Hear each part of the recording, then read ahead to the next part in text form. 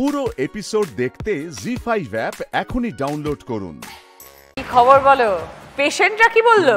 পেশেন্টরা কিছু সেরকম বলেনি, কিন্তু আমাদের ওইখানকার জেলার লোকেরা তারা সবাই বলেছে যে তাদের ভাষাতেই বলি একটু, তুই তো যাচ্ছিস ওইখানে, আমরা দমে দেখি কিন্তু শোটাকে, আর দিদিকে আমরা দমে ভালোবাসি, একটু টাইমটা বলে দিস যে কখন হবে। এগ্রিকালচার ডিপার্টমেন্টে কাজ করো, বাড়ির লোকজন কি বলছে? মানুষের মনে আরো আগ্রহ করে তুলতে পেরেছি। সবাইকে বলেছি যে এইভাবে তোমরা এগিয়ে চলেছো, আরো যদি আমরা এগিয়ে চলতে পারি, বাঁকুড়া জেলাকে চাষের দিক থেকে আরো ভালোভাবে নিয়ে যেতে পারি, তাহলে হয়তো আরো অন্যান্য জায়গায় আরো বিশ্বের দরবারে তোমাদের নাম হবে। অর্পিতা দি, ভালো লাগছে তো দ্বিতীয়বার এখানে এসে? খুব ভালো লাগছে। প্রিপারেশন কি নিলেন?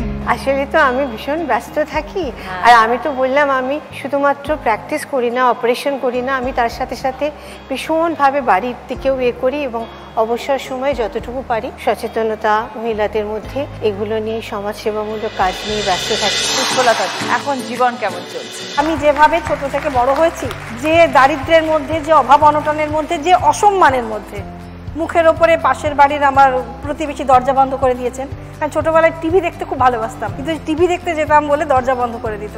তো সেই সব দিনগুলো পেরিয়ে এসেছি। তো এই ধরনের মঞ্চগুলো কিন্তু আমাকে এতটা সম্মান দেয়, ভাবা যায় না। মানে আমি জিতে যখন বাড়ি ফিরেছি, আমার পাড়া প্রতিবেশীরা তারা আমাকে দেখে বাহবা দিচ্ছেন, আমার ভালো লাগছে। এই মানুষগুলোই একদিন আমার মুখের ওপর দরজা বন্ধ করেছে। বীরভূমের সুজাতা দি, আমার যে কবিতাগুলো আমি আবৃত্তি করি, সেই প্রত্যেকটি কবিতা কিভাবে মেয়েদেরকে মোটিভেট করে, তাদের যে ভুলগুলোকে শুধরে দেয়, সেরকম একটি কবিতা এই মঞ্চে আপনাকে শোনানোর আমার একটা ইচ্ছে রইল। আমার কবিতার নাম কলাবতী আজও। কলাবতী আজও কেঁদে চলে সারারা, অনন্ত ঘুমে আছে তার সন্তান, রোগে শোকে নয় সমাজ মেরেছে তাকে, কন্যা হয়েছে এই তার অপরাধ। ঘরে ঘরে একদিন জ্বলে উঠবে আলো, অভিশাপ ভেঙে বেরিয়ে আসবে আমাদের সমাজ, মুছে যাবে ছড়া বকুলের শতাব্দী হাহাকার। তখন হয়তো আমি অন্ধকার রাতে তারা হয়ে দু চোখ ভরে দেখবো আমার গ্রাম, আমার প্রিয় জন্মভূমি। হয়তো আমার সুখ বৃষ্টি হয়ে ঝরে পড়বে নীরবে, ভালোবাসার ঠিকানায় শিশু কন্যার সমাধির পাশে। শত কলাবতী আজও কাঁদে সারারা, রাতের তারারা বিস্ময় চোখে হিম। ভ্রূণ হত্যায় বাতাস হয়েছে বাড়ি, প্রগতি এখানে নিষ্ক্রিয় নাবালক।